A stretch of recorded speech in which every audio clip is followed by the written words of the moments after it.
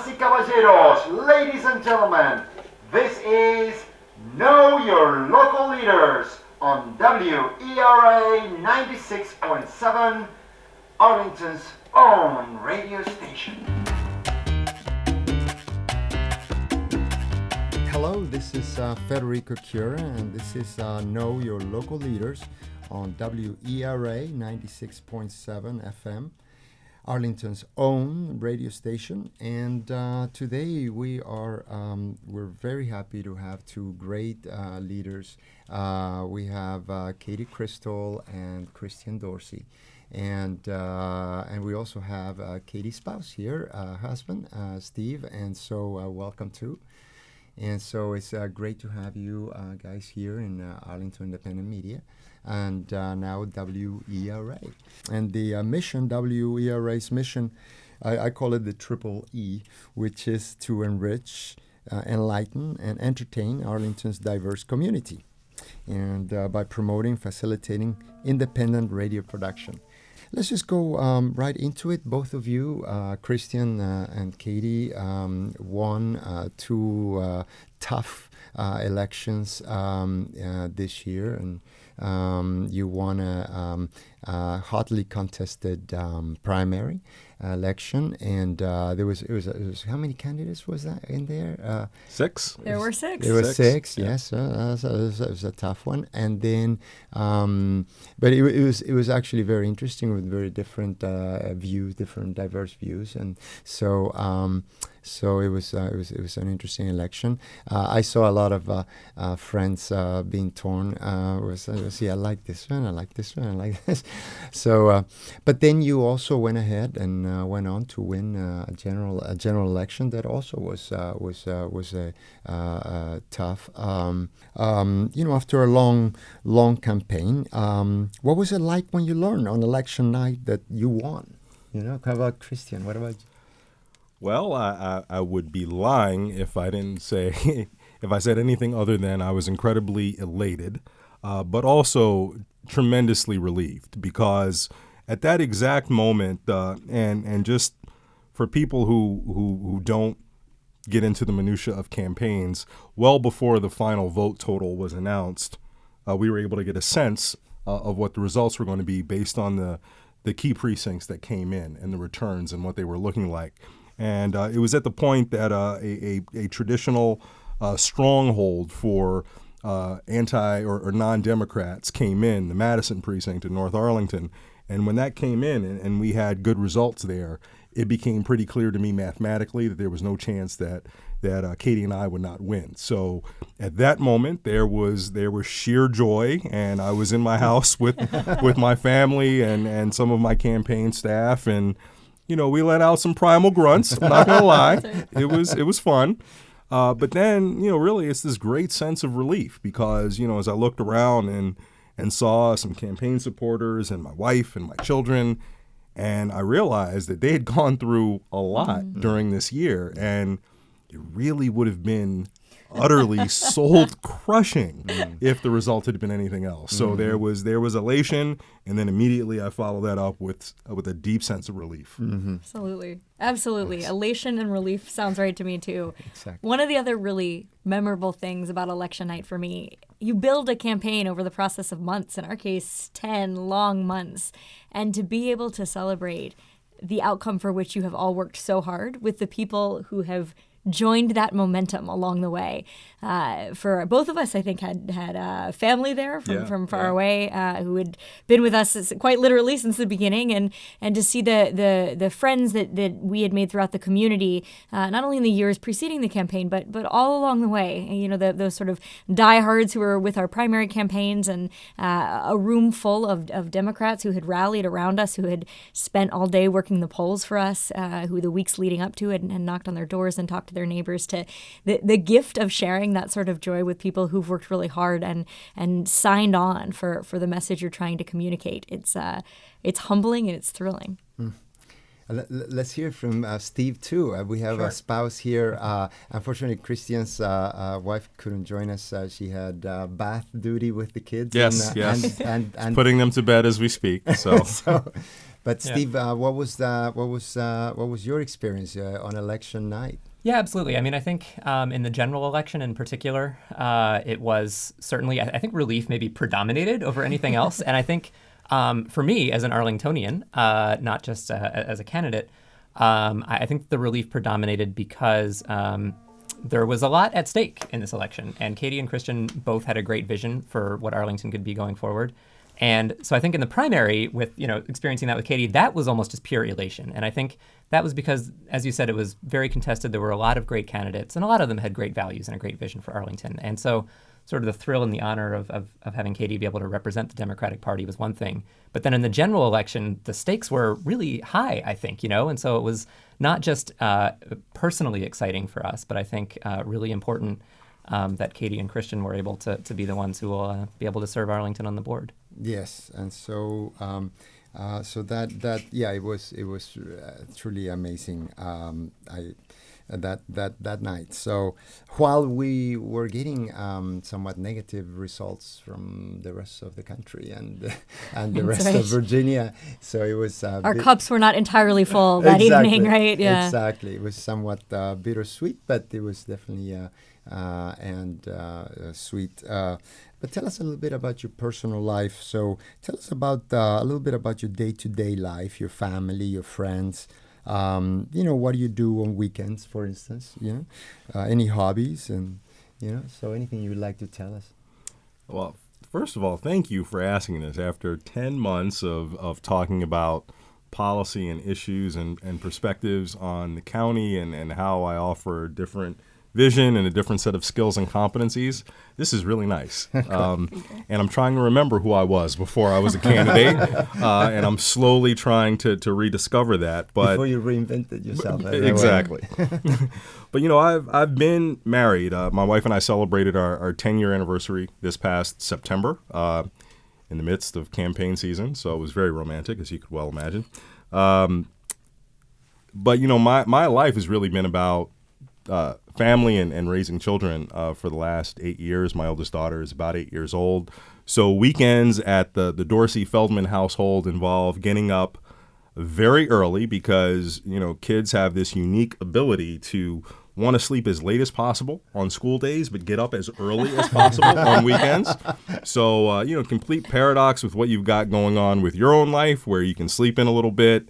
They don't let you do that, but it's lovely to wake up with 2 children who just want to, snuggle in bed with their parents for a little while. And, so that's how we start our weekends if we don't have anything else happening, which, again, haven't experienced in a while. But, so after that, I'll do one of my first loves, and that is cooking for the family, cooking breakfast, pancakes, waffles, omelets, whatever. Yeah. And we'll start our day just having nice family time, and then as any parent can identify with, it's dealing with myriad schedules of who has to go to what party or what enrichment opportunity and running errands. But if I had to construct my perfect weekend, it would involve doing that family time in the morning, getting in a crossword or two, going to the gym, playing a little basketball, doing a lot of reading,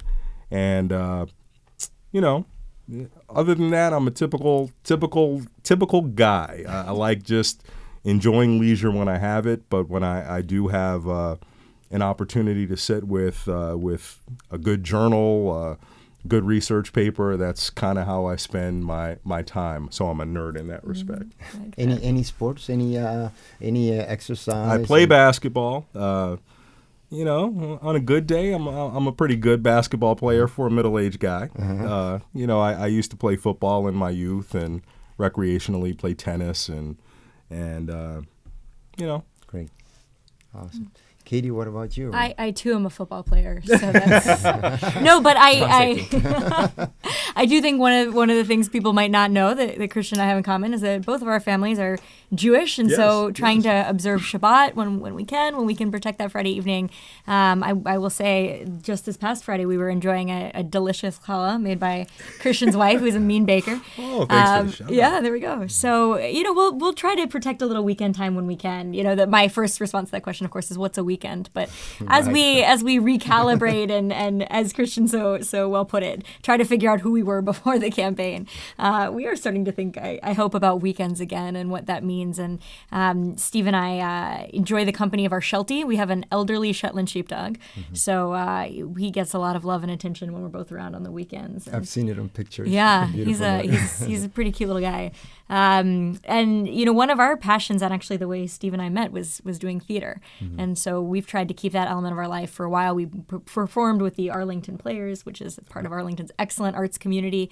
And these days, it's a little more, I think, consuming the arts rather than participating and performing ourselves. But we're regular theater goers, in particular love Woolly Mammoth and more experimental plays. One of the things I'm really excited about being part of again is we have a thriving book club that will sometimes also meet for play reading. So it's a shared passion. And Steve, what else? What else do we used to do on weekends and we'll start doing again? Any exercise? Any cycling, walking? Or So Katie was a Zumba instructor I was. prior to the That's campaign. That's a little tidbit. That's one of the things. Yeah, I think that fell by the wayside. So during the campaign, the one time activity for myself that I always carved out is I play a lot of soccer. For me, that's my sort of primary passion. So I would try to get as involved in the campaign and show up to as many events as I could. But Sunday afternoons, I'm always out with my soccer team. And really cool. Sunday mornings, we try to sit down with the New York Times if we can. That's sort of a nice ritual as well for us. But. Sure. That's great. And Christian, tell me your wife's name and your kids' names, please, and their ages too. So my wife is Rachel, and we have 2 children. Our oldest, both daughters, and the oldest daughter is Jordan. She's going to be turning 8 next, or the end of January.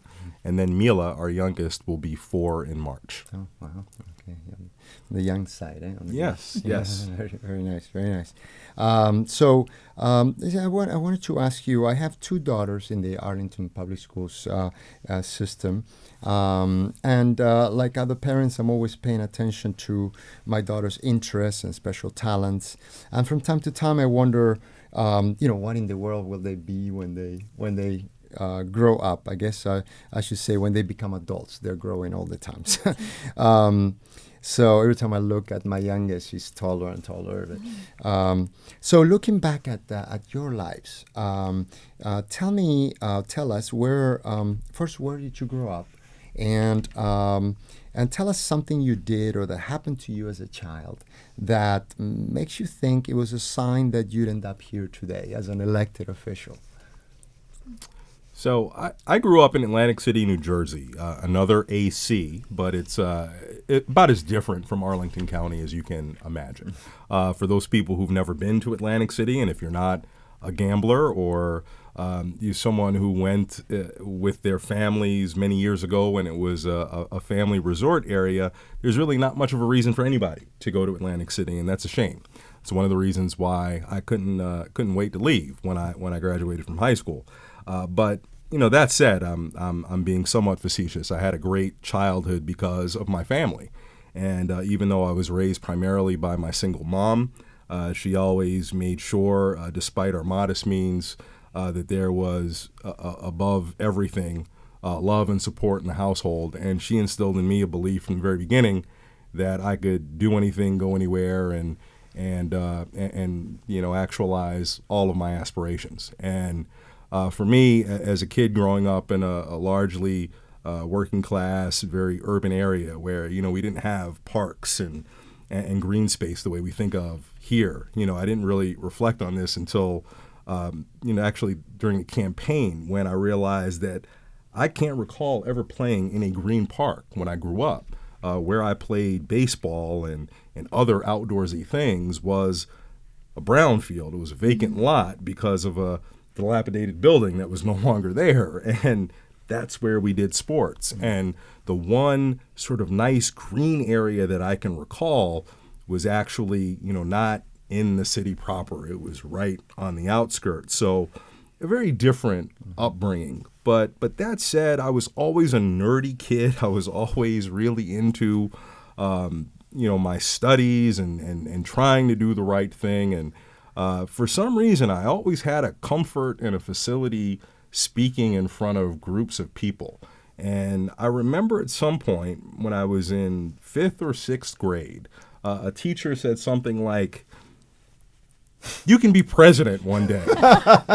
And, I remember thinking, yeah, you're right, I could. So There you go. So, maybe that's where the seed was planted that someday I would serve. Interesting. Yeah, it happened. I mean, personally, my mother, I was raised by a single mother too.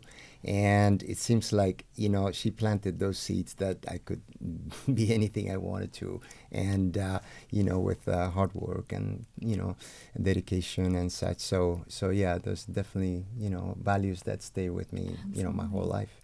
And Katie, how about you? Where did you grow up? So my family lived in Atlanta until I was about 8 years old. My dad was native to the area. He's from a small town called Noonan. My mom's from the Tidewater area in Virginia. And they had an opportunity when I was about 8 to move up to the DC area. And they made the same calculation that I think a lot of families have made, which is to make a little bit of a financial stretch to be somewhere where they could give their kids the best possible education. And for them, that was Montgomery County, Maryland. So that's where I grew up. And it was a terrific place to grow up. And it's a community that I think shares a lot of DNA and a lot of the same values with Arlington. For my parents who both come from pretty humble circumstances. My father, as I mentioned, in a small town in Georgia. My mom was the daughter of Jewish deli owners in Newport News. And, that sort of culture of hard work and the value of education. I think that's something you find actually in a lot of Jewish families.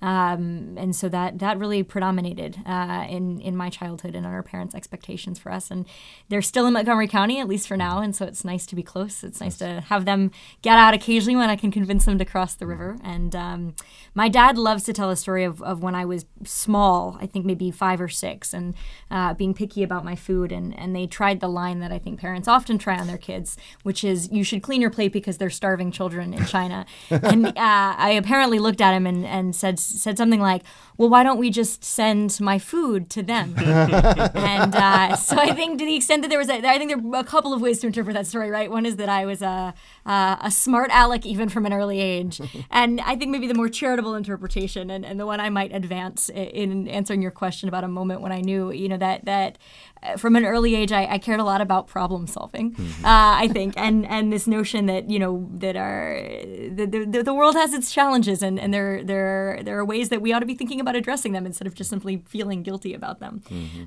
So I hope that my policy ideas have gotten a little more sophisticated than shipping a half-eaten plate of tuna salad to China, but I think that was from an early age demonstrating that. That's great. Your policy ideas have definitely evolved. Thank you. Going back to you, Steve, of course, there were events when I saw both of you, and, you also were out there smiling at people, and so you are not the one who were seeking the spotlight, too, and so, but you were thrusted into it, right? Well, yeah, so I think for the most part, a lot of the campaign events and activities, and especially in Arlington, were a lot of fun.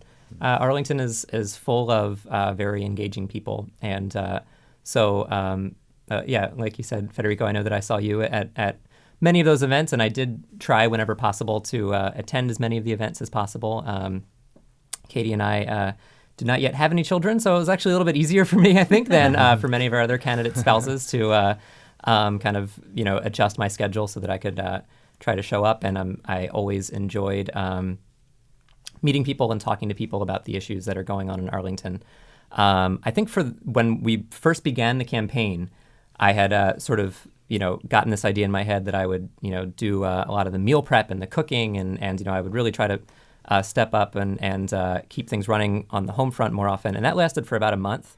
And, unfortunately, like you said, what ended up happening is because it is 24/7, there was almost hardly more than a night a week when Katie and I would both be at home together anyway. So it ended up being a lot of us going to candidate forums together or meet and greets, and then stopping by for pancakes for dinner at about 10 o'clock at night. That's my comfort food. Yeah. I always wanted IHOP or Bob Benitez after a debate. Yeah. Bob Benitez on Columbia Pike. Absolutely. Right? Yeah, an institution. Exactly, yeah. So It was just very improvisational there for, about the 9 months that we were doing this. Yeah. But most of the time it was fun. I think the only hard thing as a spouse is it can be really difficult as a spouse to see people just kind of say mean things about your own spouse. As I am not the candidate, so, just sort of trying to restrain myself in those circumstances. But most of the time it was a lot of fun. And as Katie said, we met doing theater. So I grew up with some comfort, being in front of people and meeting people. So Yeah, I think that's probably one of the best backgrounds for politics is theater. More than you'd think, yeah. So Christian, what about your wife? Did she say anything during the campaign, or about what was the impact on her life? I mean, it was huge, and she is someone who is an introvert by nature, very reticent, does not embrace the public interaction very much at all. So she was very happy to be in the background. But that said, it was extremely difficult because I'm a pretty active home guy, and we've always had a marriage that was based on sharing everything in terms of the management of the home and certainly in the raising of our children. So for 10 months, a significant part of that dynamic changed, it required a lot of her. And I can't express how grateful I am that she took that on. She realized that this was something that would help sort of fulfill me, and she saw the value of my trying to be a public servant. So she embraced it and was able. She made it possible for me to do it. Otherwise, it just wouldn't have happened. So, I think now that it's over, she'd probably be very charitable and say, it wasn't that bad. But I think going through it, it was probably absolute hell because, it's just it's an incredibly different experience when you're used to. Sharing bath time with your spouse and sharing meals or alternating meals, and then all of a sudden there may be a week that goes by and you don't really see that person at all until the late hours. So I imagine I went through having young children. Mine are children are a little older now, but 12 and 9. But yeah, so I can imagine. So, but my question to you is, as elected officials, what do you think you could do, or what could be done to encourage Arlingtonians, more Arlingtonians, to care about the greater good, and so the larger community. So let's start with you, Kristen. That's certainly a big question, and community for me means something pretty special. And one of the things that I love about Arlington, it's why I chose to live here. It's the only home that I've had as an adult has been in Arlington, was because I sensed that this, unlike many other places, unlike where I grew up, viewed itself as part of a community. And community is not just a word to describe a geographic place that's organized municipally. It's a place where people do have an empathy of the experiences and the circumstances of people who may not be themselves or may not be similar to themselves, but you're part of this collective that recognizes when you pull together, when you work for each other's interests, you can create something even better than you may have envisioned or experienced on your own. And there is a case to be made that we're losing our sense of community a little bit in Arlington. And it may be your interaction. I've had interactions on the campaign trail where, I've had people say, where do you live? And, I tell them where I live. And they say, okay, well, that's fine. What are you going to do for me? Talking to someone in North Arlington. And then, you have to break through and let them know that I don't view myself as someone who is just there to represent South Arlington. I'm there to represent what's good for all of Arlington, and let me tell you what I think. And the various times that this happened, people ultimately were very receptive. But what was pretty clear was that the whole sense of ours being a community is not a universally shared experience. And I think one of the responsibilities that we have as elected officials, is to make that case and demonstrate and model how that ought to be. And that comes from being the kind of inclusive public servants who are not just talking to certain segments, not playing certain factions against the other, and is looking for ways of creating greater good through advancing community. So I'll just stop there, because we could do a whole show on how we build community, but certainly I think that need is there, and I'm optimistic. I think there is a desire for people to be connected that way again. I think a lot of the division that you talked about at the beginning were people feeling angsty about that fragmentation of our once more unified community. The us versus them type of thinking. Yeah, and Katie, for you? I think there are a lot of people who are concerned that the Arlington they love is under threat from something, whether it is a growing population or development or, frankly, this realization we've had with the commercial vacancy rate and our ability to sustain ourselves economically. I think there are a lot of people who worry that the community they moved into, especially if that community was a community 30, 40 years ago, is changing in a way that's leaving them behind. And I think that's animating a lot of this kind of balkanization that you see over land use in particular.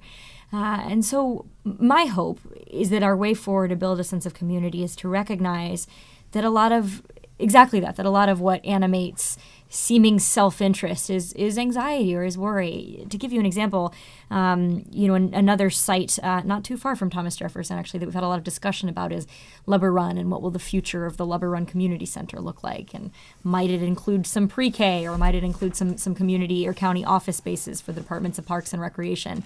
And you get a fair bit of pushback from some folks in that community, and I think it can be easy to discount that as the kind of NIMBYism, for example. But I was really struck by a conversation I had with a woman when I was knocking doors, and she said something like, I just worry about building anything on Lubber Run. She was thinking about the parkland adjacent to it. And she said, because I just have such powerful memories of taking my son out there to skip rocks, and he was so rambunctious and he'd run away from me on the trails, but I knew he'd be safe. And I said, oh, how old's your son now? And she said, 33. And I think so much of that pushback around land use issues especially is motivated by this worry that something I loved about Arlington is changing.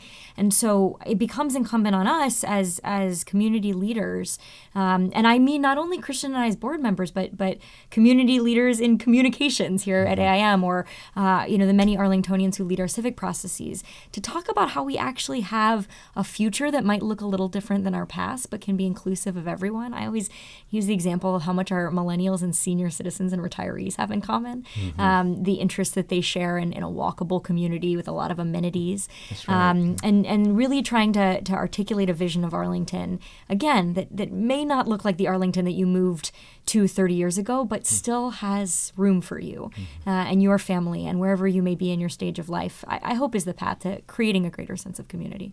That's great. I sense that you both learned a lot from knocking on doors and talking with people. I was reading an article in Arlington Now and about Christian, and so I enjoyed one person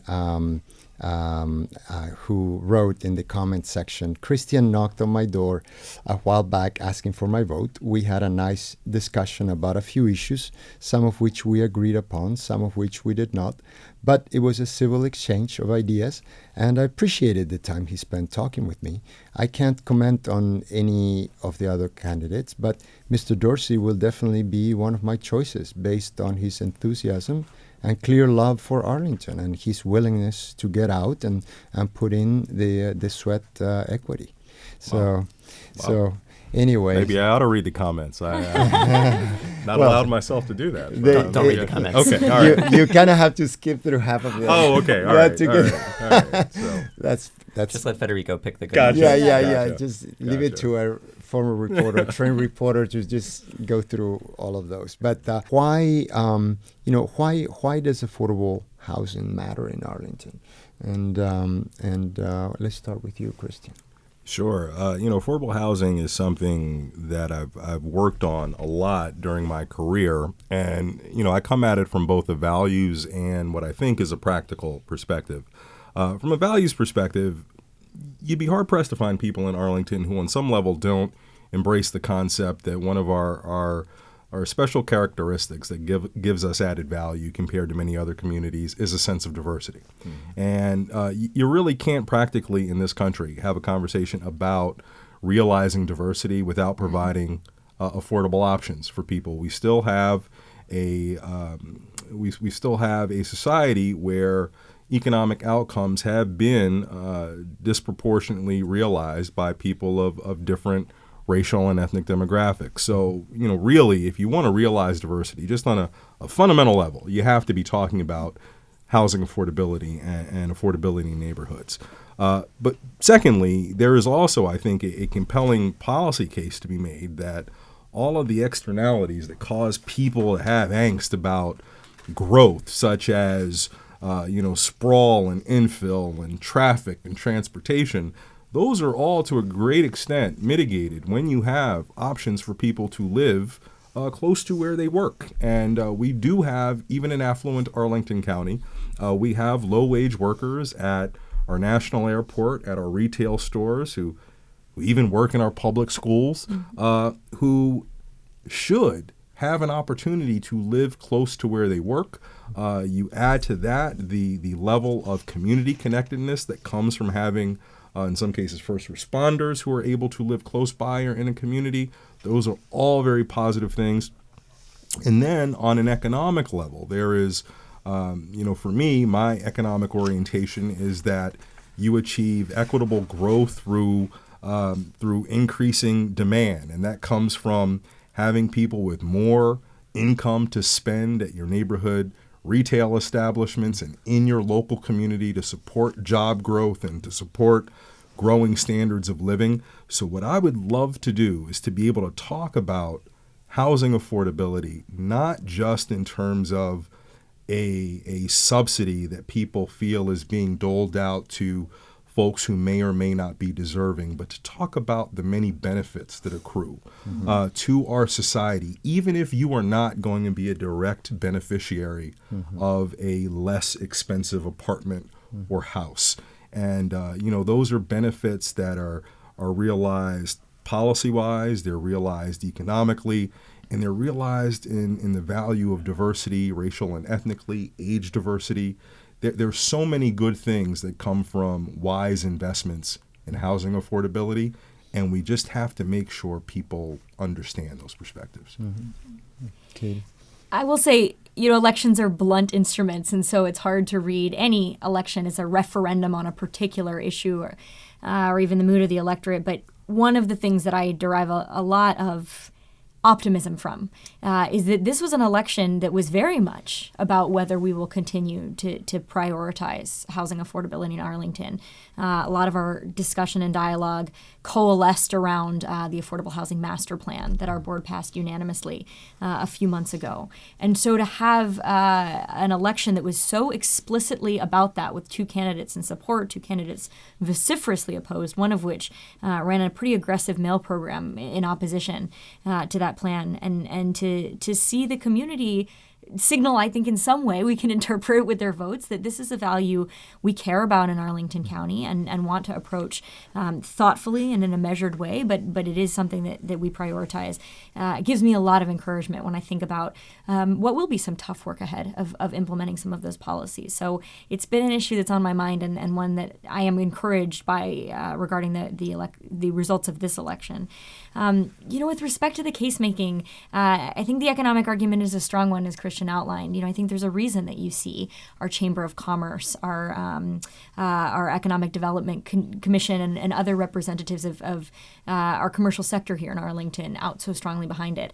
There was a terrific comment from someone, a community activist closely involved with schools, who talked about, think of how the deficit that we're at when we try to determine whether or not we're going to call a snow day when our teachers have to commute in from surrounding jurisdictions. And when you multiply that across many businesses in Arlington feeling the same challenge, you get just one insight into why this really is an economic competitiveness issue. And the other thing I'd add, as Christian said, it really is, it's values and it's about diversity. And there was a terrific comment that has really resonated with me by a friend of ours who runs the Columbia Pike Revitalization Organization, Takis Karantonis, who was on the Kojo Namdi show some months back. And he had a great line about Columbia Pike, which the Brookings Institution has called the world in a zip code, really a tremendous amount of diversity. And he said, diversity is not the byproduct of something, it is a prerequisite for something. And that something, in many cases, is economic growth, and that something is often something more intangible that so many of us love about Arlington, particularly those of us who very deliberately chose to make a corridor like Columbia Pike, which has been so diverse, our home. Whether it is something as seemingly unimportant as food, which actually I think has a giant impression on people's lives, or something as fundamentally important as our schools. So many parents choose APS not only because we invest in APS, have some of the best teaching and school leadership in the nation, but because they want their child exposed to different nationalities and languages and perspectives. And so if diversity is a prerequisite for something, then affordability is a prerequisite for diversity. And I think that's why it's so important that our community remains committed, and one of the reasons I am optimistic about the results of this past election. Yeah, and it seems I've heard from President Obama that this message that is so valuable, that diversity enriches us in so many ways, much more than just having diverse choices for restaurants and places to eat. It enriches us in so many ways, in economic ways, and and so many other ways. So that's very good. And talking about diversity, one of the things that both of you bring to the county board is a great deal of diversity. And so I know Katie, as an Arlingtonian, I remember, when you first, launched your campaign, and I was really excited to see a younger person, a millennial in politics, and I just thought, this is great, and so I thought it added, great diversity, and so and I truly believe diversity enriches us. So I thought that was great, and then there was another millennial running, was Dalia Falchik, who was running for the school board in Fairfax County Public Schools, and she won too. She's Argentine American like me, and she brings the great perspective of being a teacher, which is a perspective I think we need on a lot of our school boards. Absolutely. And then Christian, you are,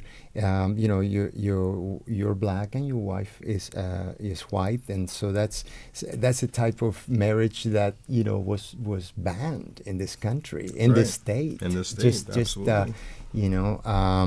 So and then as far as you, Katie, it was only 100 years ago that women gained the right to vote. And it was a long, nasty fight, and so it's great. And so what do you think about the diversity? And both of you were endorsed by very diverse groups of Arlingtonians. And then, Christian, you were endorsed by the entire county board, all 5 members, and the entire school board as well. And so what do you think about the diversity? Why is it important to have diversity and also diversity of faiths too, Jewish and Christian and atheist or anything, so I think it's that's it's so important to have different perspectives, and so even having grown up in Atlantic City and in low income area, I think that brings a tremendous insight, and so into the planning process, into everything. So what do you think about the diversity that you bring to the county board? So, Kristen. Yeah, I think you've hit the nail on the head, Federico. Diversity is really about the differences of perspectives and experiences that you bring. I'm a firm believer that more data helps create better decision making and more inclusive decision making. And diversity is data. It's a lot more than you bring to the table than typically closed processes that only have and allow certain perspectives, viewpoints, and people of certain backgrounds to assume positions of leadership and responsibility. And I think it's great that this election signals a very different way forward for Arlington, not just in what Katie and I both look like, but because our backgrounds are different, and that will combine with the existing backgrounds of people on the board and in leadership to create a better whole, perhaps, than we had before.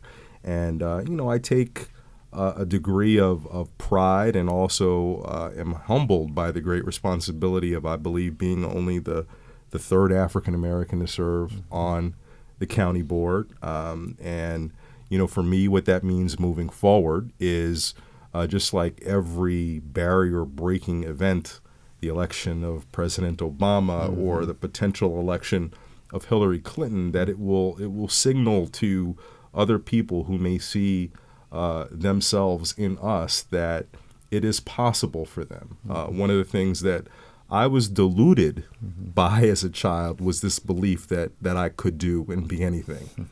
That was really not rational for a kid growing up in the 1970s in my circumstances.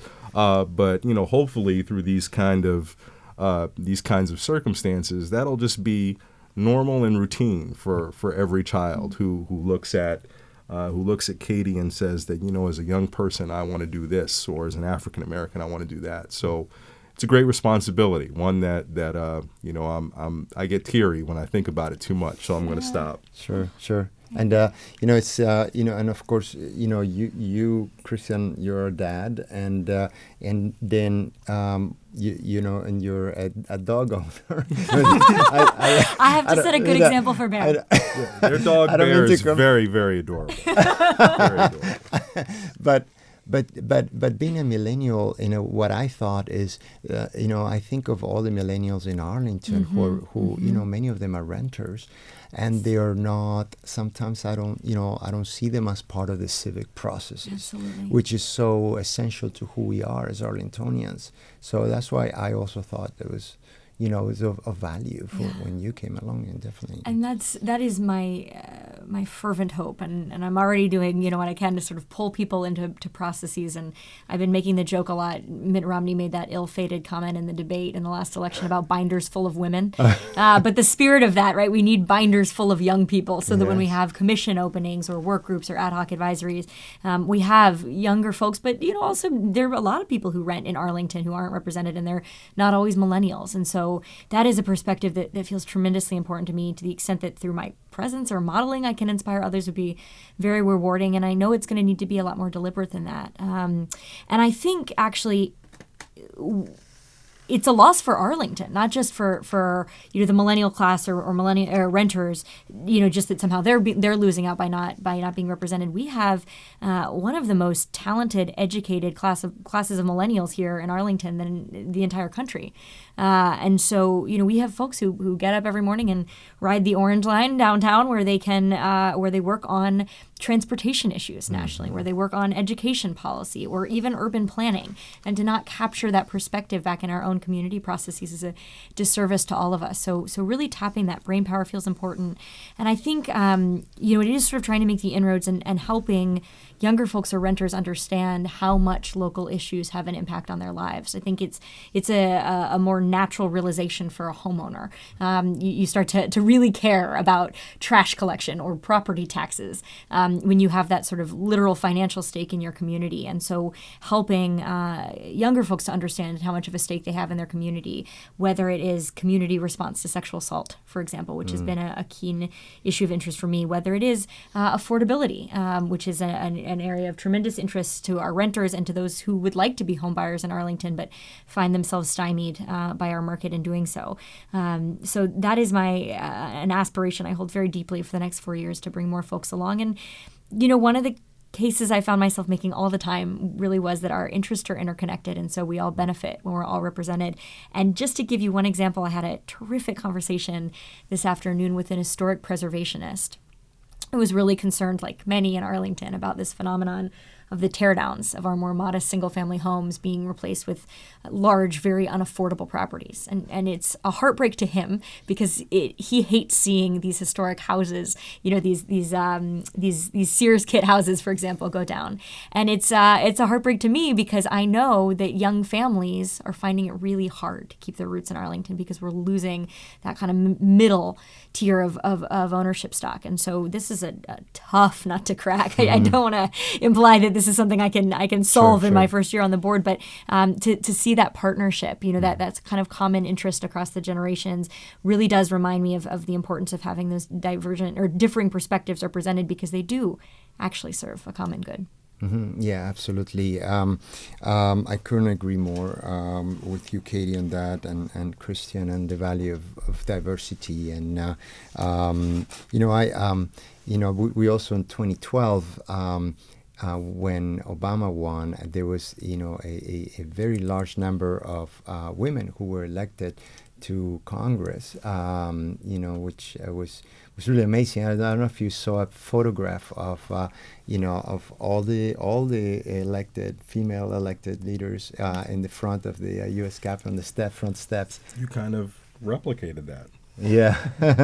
Here in Arlington with our photo. Yeah. We had a fantastic opportunity to take a photo with the women elected representatives throughout Arlington's history. So starting with Mary Margaret Whipple, who was appointed to the school board before that was an elected body, and then served on the county board, then went on to state senate. And I just find it tremendously humbling to be in that kind of company. I was very much shaped by the Year of the Woman back in the 90s, the first time we sent a wave of women to Congress, who then unfortunately many of whom lost their seat in the Republican Revolution. But that has been a long-held belief of mine that women's representation is so important. And actually, it was a subject of my thesis back in undergrad at UVA, and so really immersing myself in that body of literature that, women do govern differently. They focus differently on different issues. They're, at least the literature might suggest, more likely to seek consensus, although I know many male office holders who are quite the consensus builders. So that's something that's been just an absolute tenet of my life, my belief in that academically in terms of a volunteer, and now to the opportunity to continue in that tradition, especially of incredible women in Arlington representing the community. It feels humbling and exciting. Yes, no, I agree. I was recently seeing an article about women in charge or in executive positions at companies, and how the companies in the long run were more profitable with female leaders. Interesting. Yeah, and so I just thought that was very interesting. When I think of my childhood, I grew up Roman Catholic in Buenos Aires, Argentina, and so which makes me a Latino today here. But in when you learn history, I love history, and when you look at the very harmful mistakes the Catholic Church has made over its history, you can't help to think if that group of male white bishops, if they had just a few female voices in there, would they have had this huge priest pedophilia crisis, global crisis? Would they have had, the treatment of the Jews, of course, and so many other, of course, the Inquisition, which lasted until the 1830s in Spain and such. But anyway, so let's just have one last question for you, and that is essentially, I just want to ask you, why are you a Democrat? It's you are not a Republican. You're not a Republican running as an independent. You're not a Green Party candidate. You're in a state and a country where the GOP continues to gain political power. You are a Democrat. So what makes you a Democrat? It's at the beginning of this campaign season, I had people who were interested in my getting elected who said, why don't you try to do what was done last year? Call yourself an independent and capture that spirit.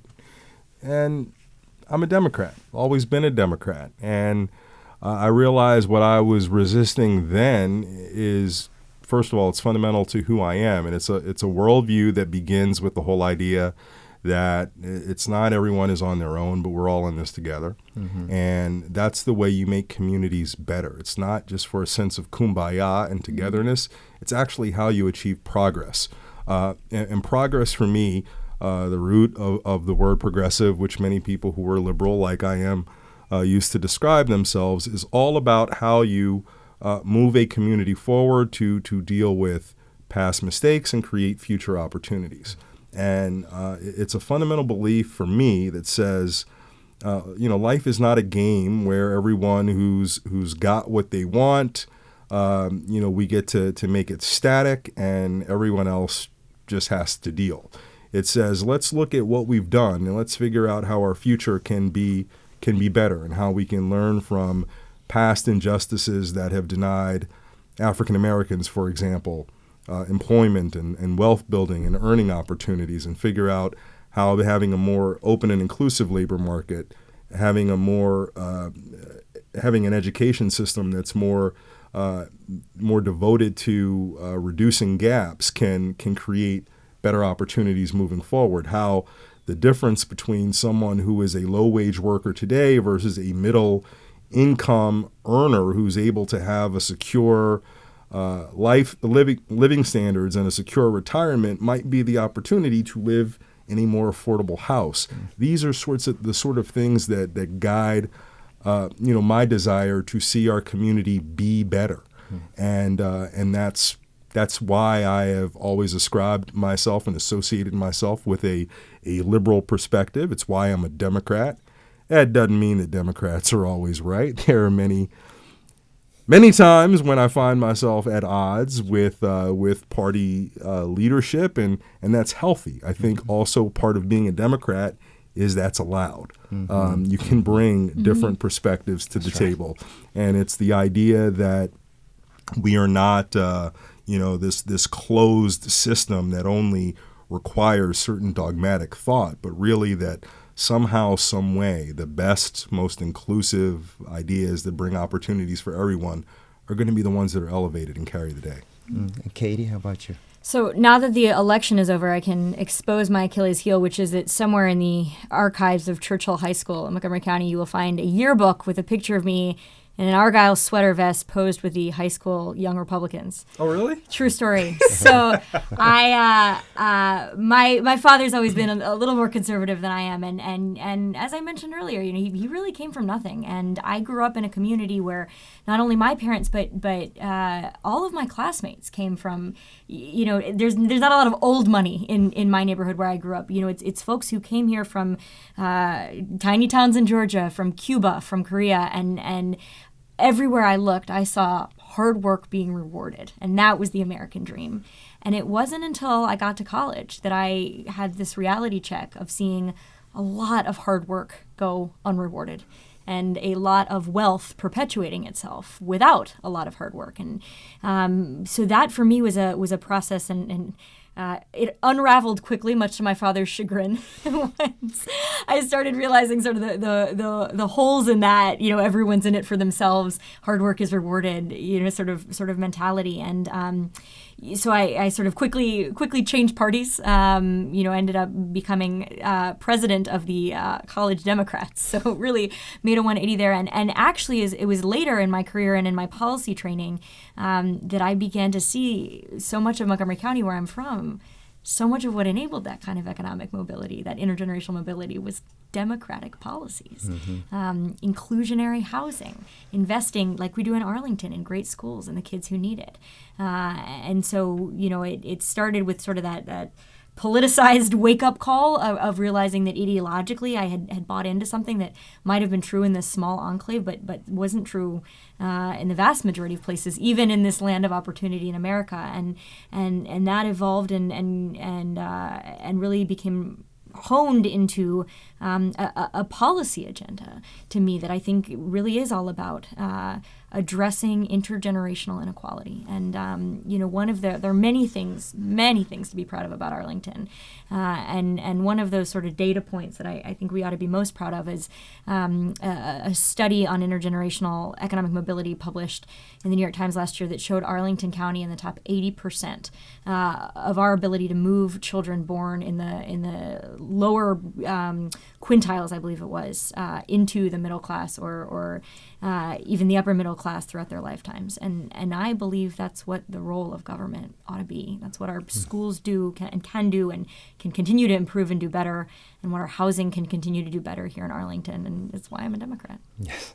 That's very insightful and very interesting, both of you. I should mention I'm working right now in Manassas, and when I drive on some of those main roads, and I see this big shopping plaza, South Shopping Plaza, and with a big store, big boxes stores, and there's just there's no sense of community that I can sense there. I mean, I don't see any cafes or any places where people can gather. I mean, there are places, but it's not as apparent as here in Arlington. I mean, and I tell my both my daughters how lucky they are to grow up in a place like Arlington, that and I do mention that the Roslyn-Boston corridor, for instance, has won national awards for urban planning. It's a jewel, and it has it's not only well planned, but it has great schools, and so that's why it's a magnet, and so many people want to live in Arlington. I do tell my daughters this was not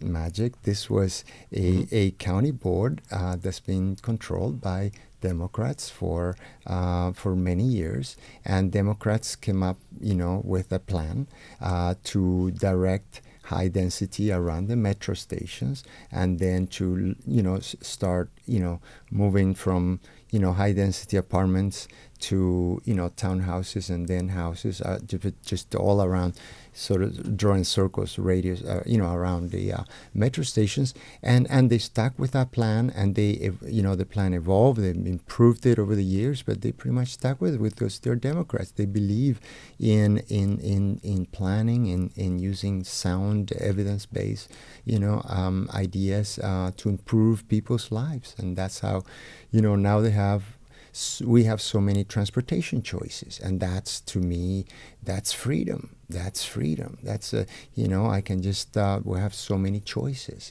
I don't have to be dependent on a car for everything. I don't in Arlington. So, and that is the product of years of Democrats working hard to do that. If my daughters were growing up in Manassas, it's basically, I don't see any planning there when I drive in this. I just, so it seems like it was just a government that basically was like just telling the market, do whatever you want, So anyway, but so I'm glad to be an Arlingtonian, and I'm glad that you folks are won the election and are leading this great place to live. And so I want to thank you both, Christian Dorsey and Katie Cristol, and Steve. Thanks for coming as well. Thank you, Federico. You're quite welcome, and I wish you the best of luck. Well, we might need it. There you go. So much. Stick with us, and root us on and criticize us when necessary. But right. But everybody who's listening, please, to the extent that you are willing and able, be a part of the government, because all those great things that Federico talked about, it was leadership, but it was also a community. Absolutely. That was also pulling together. And we have a great many challenges in Arlington, and we're going to need to continue that ethos. Mm-hmm. And there's a long history in Arlington of civic participation. In fact, that's why folks back in the '60s, I think, or brought the Orange Line across Arlington. It was not going to go across Arlington, but civic leaders and citizens here got no, it's going to come through here. Yeah. So, but in any case, so my name is Federico E, and this has been Know Your Local Leaders from WERA 96.7 FM, Arlington's own radio station.